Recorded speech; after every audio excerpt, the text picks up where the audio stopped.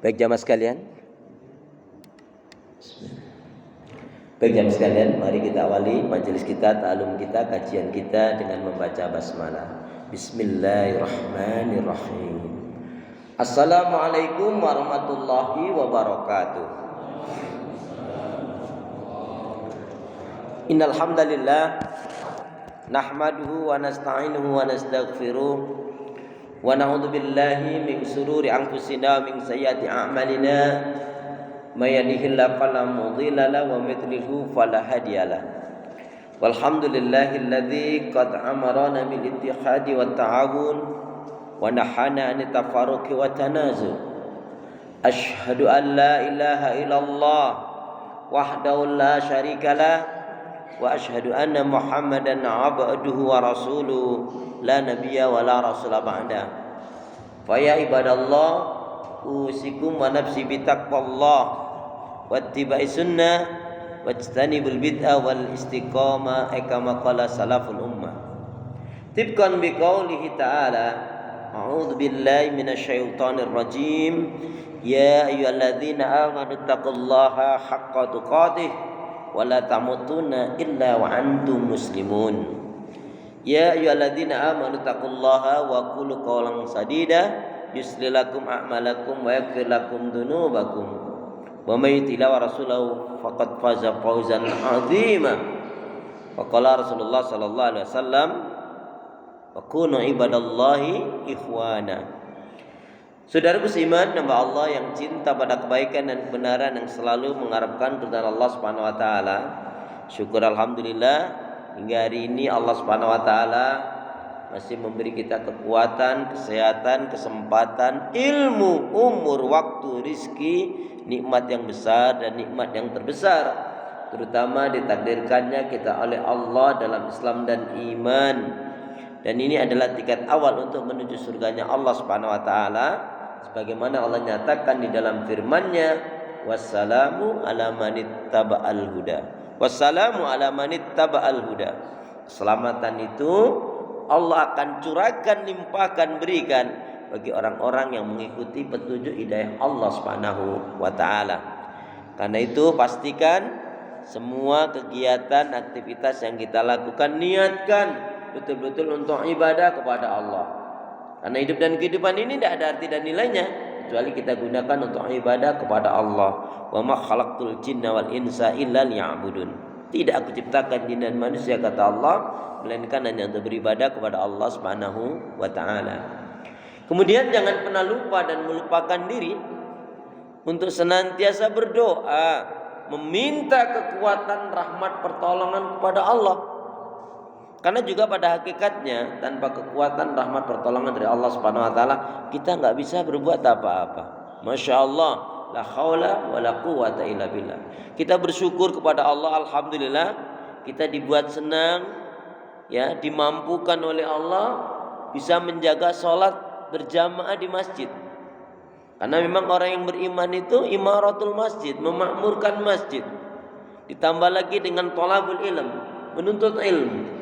Kata sahabat Ibnu Abbas, aku lebih suka kalian membaca surat Al-Baqarah dan Ali Imran.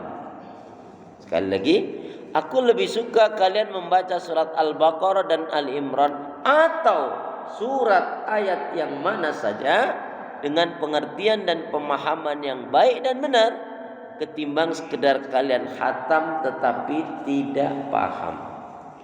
Jadi pada waktu itu sudah ada semangat untuk menghatamkan Al-Quran berulang kali, itu sudah ada. Nah, kemudian beliau melihat hal ini kok cenderung khatam tetapi pemahamannya kurang, maka beliau menyatakan itu.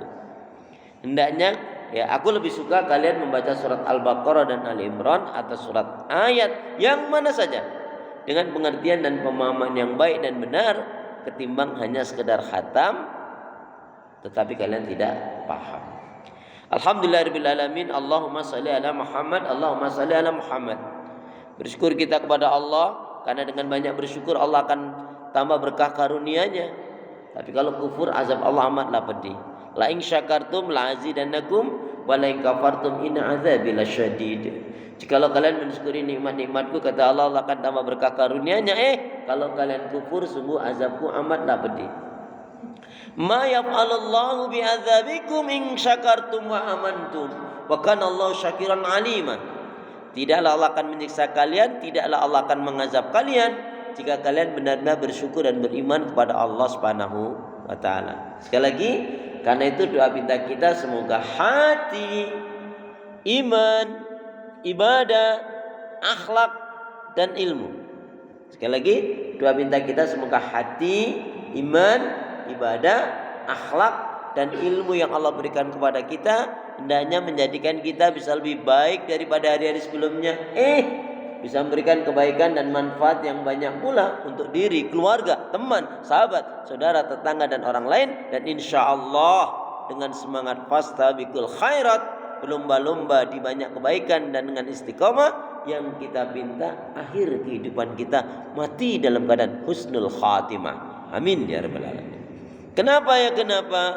Ya, karena muslim-muslimah yang baik hatinya, imannya, ibadahnya, akhlaknya dan ilmunya, insya Allah jiwanya tenang dan tentram walaupun tabungannya banyak. Amin. Jadi kalau mau tabungannya banyak, baikin hati, iman, ibadah, akhlak dan ilmu. Jamaah sehat semua? Alhamdulillah. Ibadahnya lancar, tambah sabar, makin bersyukur, lembut hatinya, harmonis rumah tangganya. Saya doakan putra putri anak cucu panjenengan makin baik, solih solihah. Amin. Saya doakan panjenengan yang belum punya mantu, semoga Allah cepatkan diberi mantu. Ya. Yang belum punya cucu dicepatkan oleh Allah punya cucu. Amin ya Rabbi. Saudaraku seiman, pada kesempatan yang berbahagia ini, satu tema yang ingin saya angkat, saya sampaikan adalah yaitu prinsip-prinsip hidup seorang mukmin. Jadi yang melandasi dasar pemikiran tema ini adalah yang pertama dari firman Allah Subhanahu wa taala yang terdapat di dalam surat Al-An'am, surat yang ke-6 ayat yang ke-116. A'udzu billahi minasyaitonir rajim. Wa in tuti aksara man fil ardi yudhilluka an sabilillah. Ila akhir ayat. Wa in tuti aksara man fil ardi yudhilluka an sabilillah. Jikalau kalian mengikuti umumnya kebanyakan manusia di muka bumi ini, maka kalian pasti akan tersesat dari jalan Allah. Karena umumnya manusia hanya mengikuti hawa nafsunya dan orientasinya dunia. Dan umumnya manusia tidak mengedepankan wahyu, melainkan mengedepankan nafsu. Dan umumnya manusia hanya memburu dunia yang ditumpuk-tumpuk, yang pada akhirnya nanti akan ditinggalkan. Sedangkan orang yang beriman tidak seperti itu. Yang umumnya manusia, na'udzubillah min dzalik, dia lakukan hanya ingin mendapatkan pujian sanjungan manusia. Sedangkan orang yang beriman seperti dalam ikrar dalam salatnya, kul inna salati wa nusuki wa mahyaya wa mamati lillahi rabbil alamin. Makanya saya di alanas zaman akan datang satu masa, satu zaman di mana manusia umumnya yuhibbuna dunya wa yansawna al-akhirah. Umumnya manusia itu mencintai dunia, lupa akan akhirat. Yuhibbuna al-qusur wa yansawna al-qubur. Mereka mencintai, mereka menginginkan punya kusur. Kusur itu istana-istana, villa-villa, rumah-rumah yang megah. Tapi dia lupa kalau dia akan masuk kubur. Yuhibbunal makhluqat, mereka itu mencintai, mengagumi karya-karya manusia. Wa yansawnal khaliq, tapi dia lupa akan ciptaan Allah Subhanahu wa taala. Enggak usah jauh-jauh. Di dalam diri kamu itu apa enggak kamu pikirkan? Ini contoh yang paling gampang. Kuku dengan gigi. Kuku itu punya sifat selalu memanjang. Kalau gigi enggak. Coba kalau gigi juga sifatnya memanjang seperti kuku. Terus kayak ngopo Pak kuku nih? Pas pertemuan paguyuban, assalamualaikum gitu. Sampai hari ini nggak ada orang yang bisa ngelihat kupingnya sendiri. Padahal kuping dengan mata itu sejauh mana? Nggak ada yang bisa ngelihat lubang hidungnya sendiri. Jangan bilang pakai cermin ya. Coba apa nggak kita renungkan? Mohon maaf. Ketika kita bangun tidur tiba-tiba ini kaki nggak bisa digerakkan, mau apa?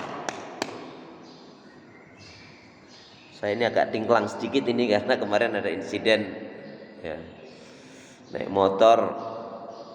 Jadi saya sudah di kiri, sudah alon-alon, dan begitu saya mau ngelewatin, ini tiba-tiba belok kiri. Nggak ada sen, nggak ada apa.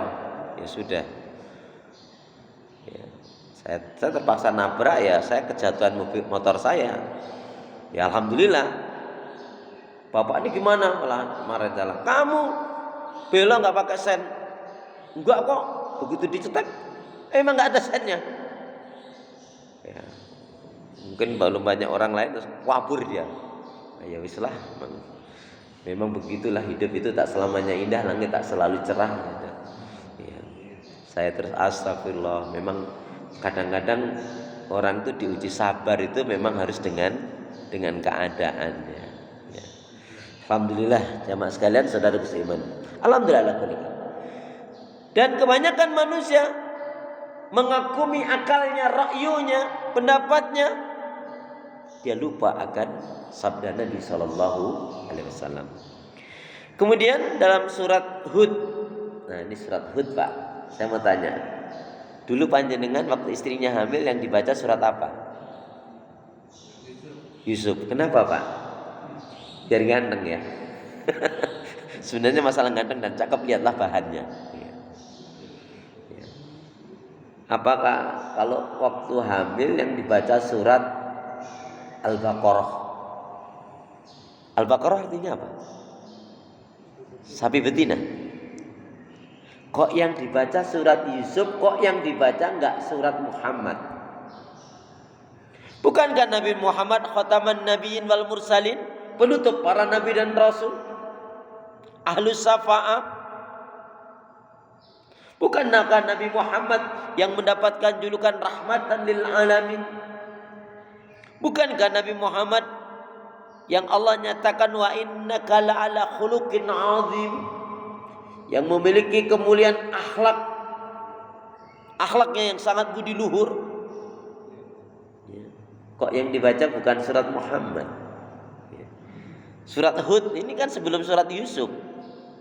Ya. Ada yang tahu fadilah keutamaan Nabi Hud? Nah macam mana kita ini?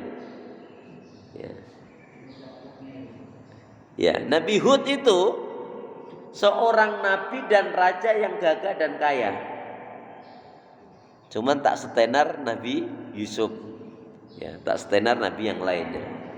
Tapi kalau kita baca, Masya Allah, beliau itu seorang nabi, seorang raja yang gagah dan kaya, dan dicintai oleh umat dan rakyatnya.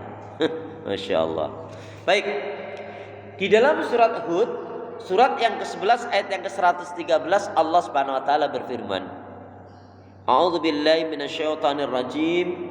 Wala tarkanu ilal ladzina zalamu fatamasakumun nar. Wala tarkanu ilal ladzina zalamu fatamasakumun nar.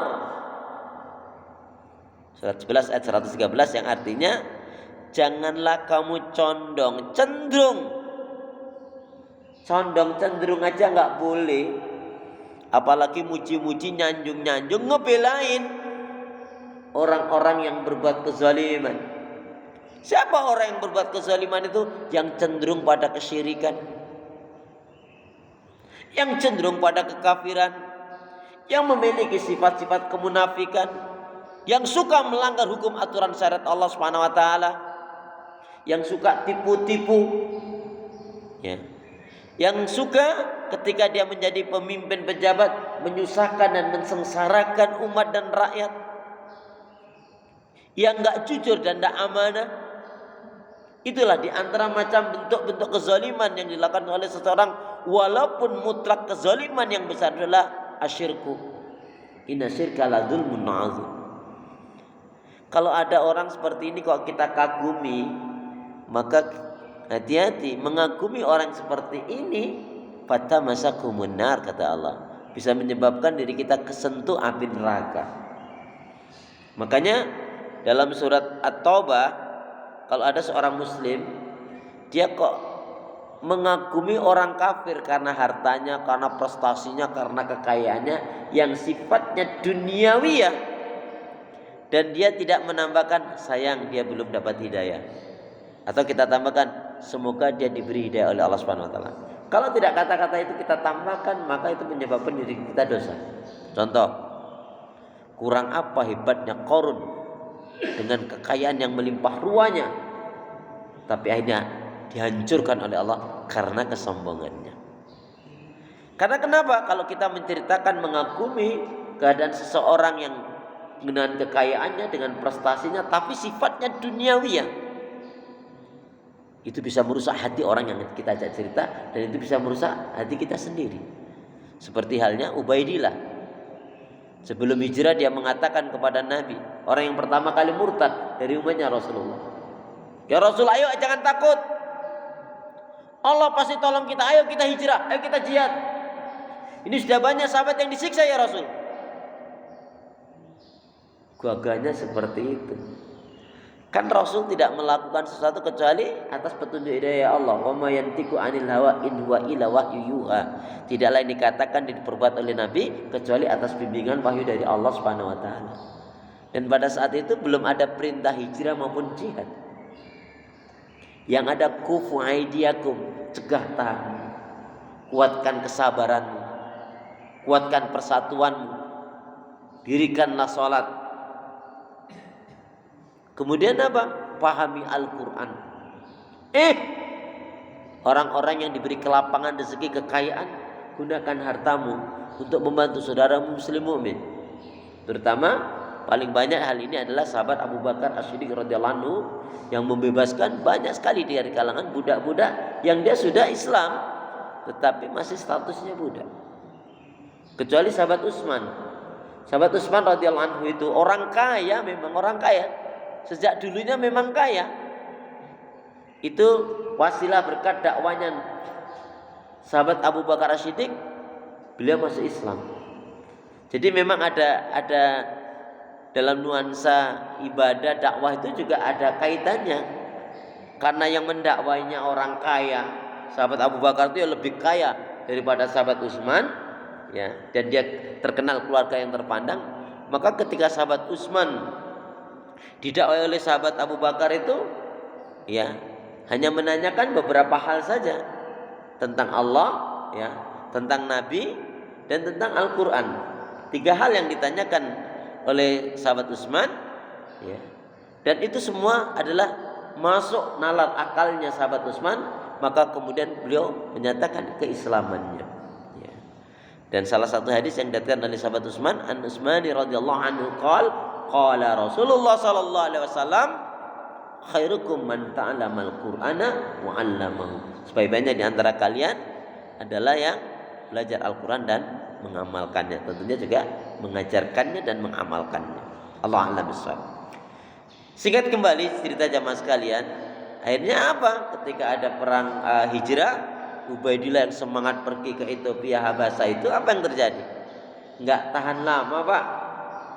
Hanya 2-3 bulan di Habasa yang sekarang disebut Ethiopia itu murtad. Di situ ada sahabat Utsman, ada sahabat Hamzah, ada sahabat Ali, ada sahabat yang lainnya mengatakan, kamu ini gimana? Bukankah kamu yang menginginkan hijrah? Kamu tahu al-muhajiru man hajara manallahu anhu. Rawi Muslim. Orang yang berhijrah adalah orang yang mampu mengendalikan dirinya, nafsunya, mencegah dirinya dari hal-hal yang dilarang, diharamkan Allah Subhanahu wa taala atas dirinya. Kamu ini gimana? Bukankah kamu yang semangat untuk berhijrah? Di antara nasihat sahabat-sahabat itu, apa jawabnya? Sudah cukup. Aku udah bosan miskin. Aku udah bosan miskin. Bosan miskin bagus, tapi nggak harus dengan murtad. Itulah orang yang pertama kali, orang yang murtad dari umatnya Rasulullah. Berarti dia tidak punya prinsip, berarti dia tidak punya pendirian. Singkatnya dia mengendarai kuda dengan istrinya yang Nasrani, yang dikenal anaknya rahib atau pendeta ya Nasrani yang dikenal cantik dan kaya. Ketika dia mengendarai kudanya dengan istri,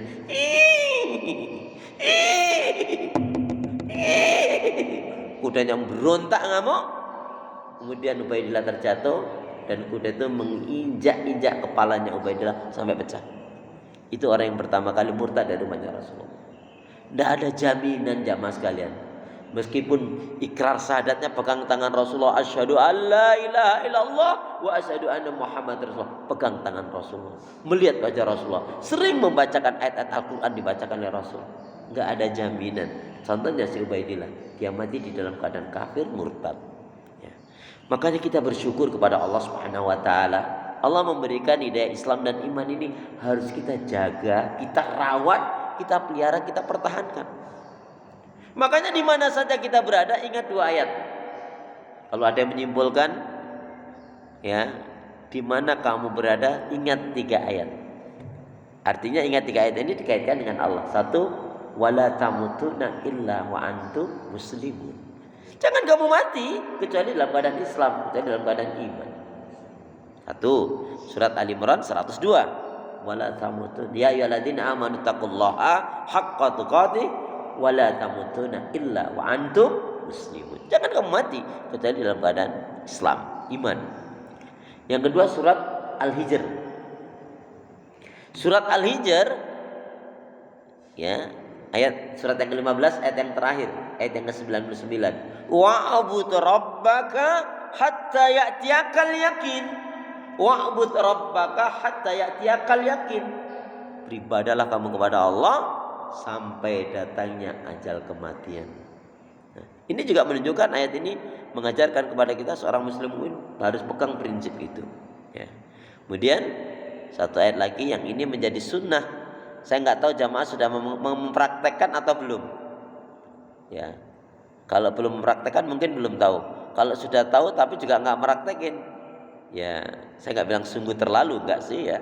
Nah, apa itu ayatnya Pak? Sunnahnya kalau kita bangun tidur, apa ayat yang kita baca sunnahnya?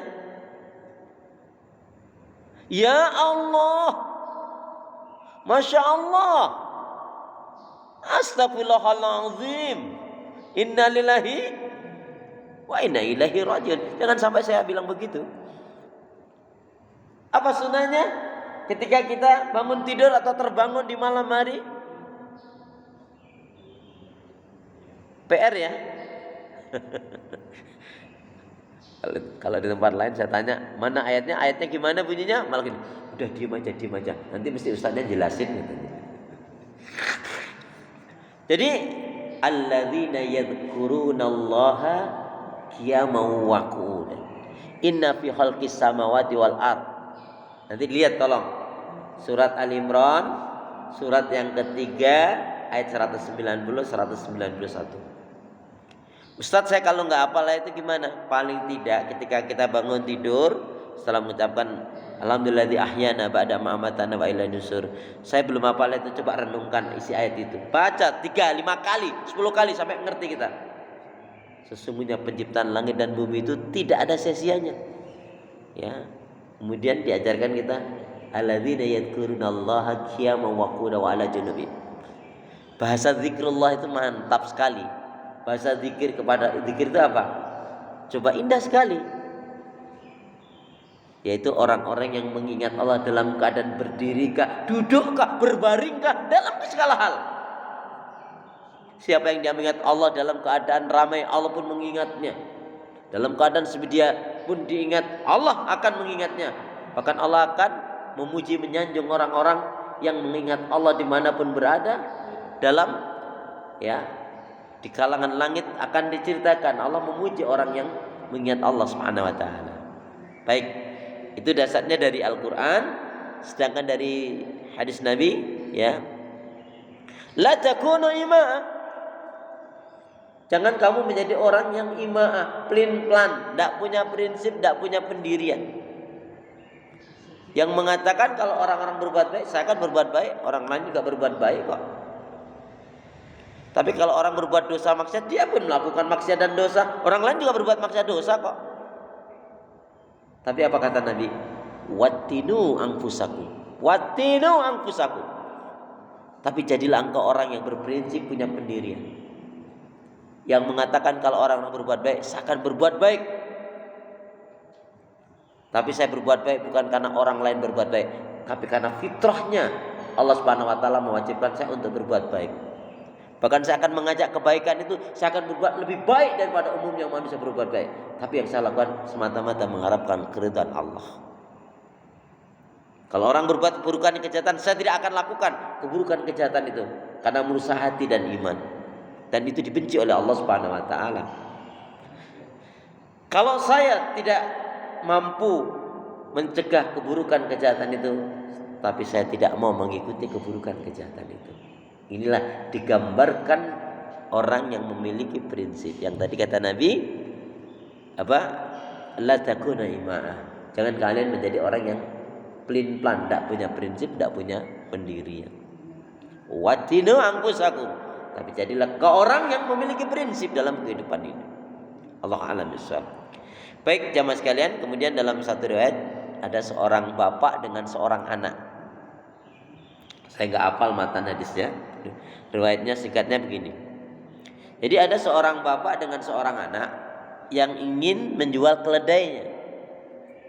Pagi hari habis sholat subuh, dia membawa keledainya menuju pasar. Nak, yuk kita ke pasar, kita jual keledai ini. Berjalanlah, dituntunlah keledai tadi. Keledainya sehat. Dituntun jalan tok lok. Kemudian ada ketemu orang. Kalian mau kemana ini? Ya mau ke pasar, mau jual ini keledai. Ini keledai sehat, kenapa tidak kalian taikin? Kan bisa kalian taikin bergantian, jadi kalian nggak capek semua. Iya ya. Mana Pak, Bapak naik dulu, kamu dulu aja nak. Ya.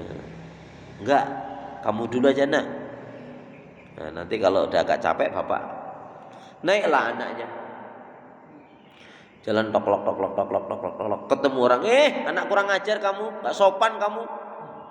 Bapakmu yang sudah tua kamu suruh nuntun, kamu anak macam apa ini? Mestinya kamu berbakti kepada orang tua kamu. Senang kamu lihat orang tua kamu susah sakit gitu ya? Orang tuamu sudah tua, gak sopan kamu. Iya ya, turunlah anaknya. Jalan, bapaknya naik, jalan lagi tok lok, ketemu orang. Ini bapak macam apa kamu ini? Anakmu yang masih kecil kamu suruh nuntun, kamu gak punya perasaan sih? Gak kasihan kamu anakmu itu nanti capek? Iya ya, bingung dia. Naiklah berdua. Bapak sama anak jalan tok lok, ketemu orang. Ini bapak macam apa, anak macam apa ini? Keledai kecil ditakin berdua. Kan kalian bisa bergantian ini. Gak mikir kamu ini? Bingung, saking bingungnya dipikul itu keledai tadi. Ini gambaran orang yang tidak memiliki prinsip dalam kehidupan ini. Bagi kita prinsip itu akan sempurna tentunya dilandasi Al-Quran dan Sunnah Rasulullah SAW. Kalau ngotot, ngeyel, kata Imam Syafi'i, kalau kamu berdebat dengan orang yang maunya menang sendiri, bukan sama-sama mencari kebenaran, adu argumen, tinggalkan saja. Makanya Imam Syafi'i mengatakan, aku berdebat dengan 40 orang yang alim, orang yang berilmu, aku bisa kalahkan mereka. Tapi aku kalah debat dengan orang yang bodoh dan ngeyel. Wis bodoh ngeyel katanya. Nauzubillah, teman-teman. Itu nasihat menarik ya dari Imam Syafi'i. Maka kata Imam Syafi'i menarik apa itu Pak? Jadikan akhirat itu di dalam hatimu. Jadikan akhirat di dalam hatimu, qalbumu. Tapi jadikan dunia itu sebatas genggaman tanganmu. Dan jadikan kematian itu di pelupuk mata. Jadikan akhirat dalam qalbumu, dalam hatimu. Dan jadikan dunia sebatas genggaman tanganmu. Dan jadikan kematian di pelupuk matamu. Masya Allah. Ini kalau kita lihat kaitkan dengan surat Al-Qasas, surat yang ke-28 ayat yang ke-77. Masya Allah itu. A'udzubillahi minasyaitonirrajim. Wabtaghi fima ataqallahu daral akhirah wala tansa nasibaka minad dunya. Carilah, gapailah kebahagiaan negeri akhirat. Artinya apa? Semua yang kita lakukan itu harus kita ingat masa depan kita, cita-cita yang kita tertinggi itu adalah akhirat, surganya Allah Subhanahu wa taala. Dan jangan sampai dunia itu melalaikan kita. Dengan tumpuk-tumpuk dunia sebanyak apapun, kalau mati nggak ada yang dibawa. Kalau kita mati yang menyertai cuma 3, harta, keluarga, dan amal ibadah. Harta dan keluarga kembali. Ini hanya amal ibadah saja. Makanya saya ulang lagi, panjenengan jamaah sekalian ini lebih nih yang sudah merasa sudah sepuh, sering sakit-sakitan, ya, kayaknya nggak lama lagi mati. Jangan lupa berwasiat wakaf jariah. Kenapa? Kalau kita berwasiat wakaf jariah itu bisa 1/3 yang kita bisa wasiatkan untuk atas nama kita. Contohnya dengan punya uang 100 juta gampangnya, 1 M deh.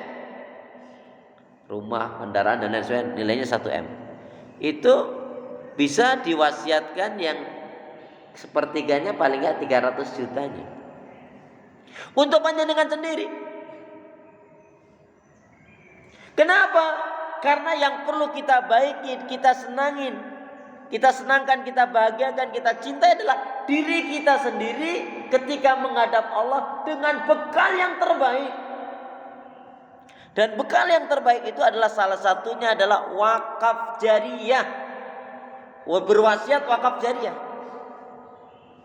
Sebab kalau tidak kita mati, itu harta tergantung pada anak-anak kita hanya menjadi waris.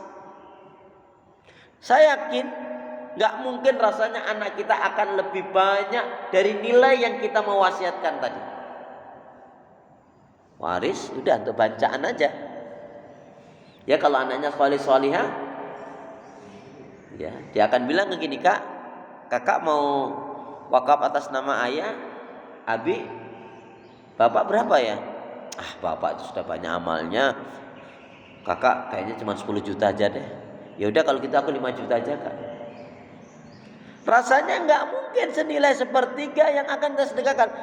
Harta yang Allah berikan kita itu manfaatkan, maksimalkan jamaah sekalian. Bukan kita nggak sayang sama keluarga, bukan kita nggak sayang sama anak. Kita mati tidak meninggalkan apa-apa. Anak, istri, cucu, itu semua sudah dipastikan rezekinya oleh Allah.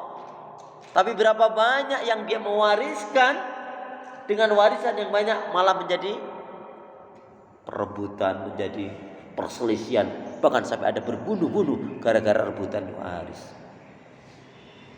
Bukan gak sayang sama istri dan anak. Emang Allah kasih harta untuk seperti itu kok, untuk kebaikan kok. Nah, ini mudah-mudahan menjadi bahan renungan.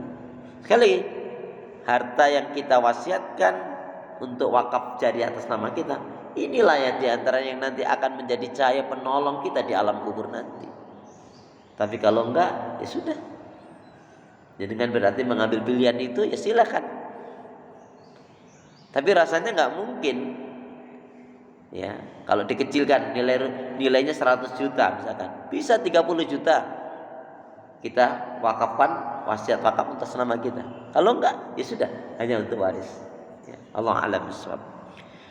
Baik saudara keiman, hamba Allah yang cinta pada kebaikan dan kebenaran dan selalu mengharapkan keridhaan Allah Subhanahu wa taala, itulah landasannya setiap muslim mukmin. Dia harus punya prinsip dalam kehidupan ini, sehingga dia nggak akan linglung dalam melakukan ibadah. Orang yang melakukan ibadah dengan landasan ilmu yang benar, sesuai dengan Al-Quran dan Sunnah, sesuai dengan pemahaman salafus salih, dia akan mantap, dia nggak akan tergoyahkan. Sebaliknya orang yang menjalankan ibadah hanya berdasarkan ikut-ikutan, umumnya manusia melakukan, biasanya dia cenderungnya goncang. Kalau enggak dia ragu, Kalau enggak apa? Ya, dia menguatkan dirinya tapi tidak ada ketenangan. Contoh, kalau kita menjalankan sesuai dengan sunnah Nabi, nikmat. Kenapa? Karena Nabi menyatakan man amila amalan laisa alaihi amruna fahuwa raddun. Barang siapa yang melakukan amalan ibadah yang tidak ada tuntunan dariku dari Rasul, tertolak amalan tersebut. Kita bisa tertawa-tawa, kita bisa merasa. Ini masalahnya dalam ibadah, kita harus pakai landasan ilmu yang benar. Allah Subhanahu wa taala berfirman di dalam surat Al-Isra surat yang ke-17 ayat yang ke-36, A'udzu billahi minasyaitonir rajim wala taqfu ma laisa laka bihi ilm inna sam'a wal basara wal fuada kullu ulaika kana anhu mas'ula. Janganlah kalian melakukan amalan ibadah yang tidak kalian ketahui ilmunya, karena sesungguhnya pendengaran, penglihatan dan hati itu semua akan diminta pertanggungjawab oleh Allah Subhanahu wa taala. Kata sahabat Ibnu Mas'ud, kalian menjalankan ibadah sesuai dengan sunnah Rasul itu lebih baik, sederhana, walaupun itu sederhana, ketimbang kalian bersungguh-sungguh dari amalan yang tidak dicontohkan oleh Rasul. Ayo, kita buka hati kita buka pikiran kita semangat mencari keridhaan Allah. Yang kita kaji ini, memang yang kita amalkan ini, yang kita yakin ini memang benar dari Nabi atau bukan. Contoh, dengan panjenengan jamaah sekalian belajar sholat dari kitab Bulughul Maram.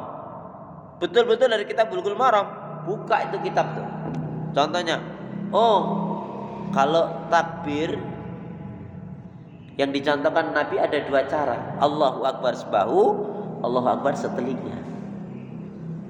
Nah, kita ini dalam sholat kita bertakbirnya seberapa?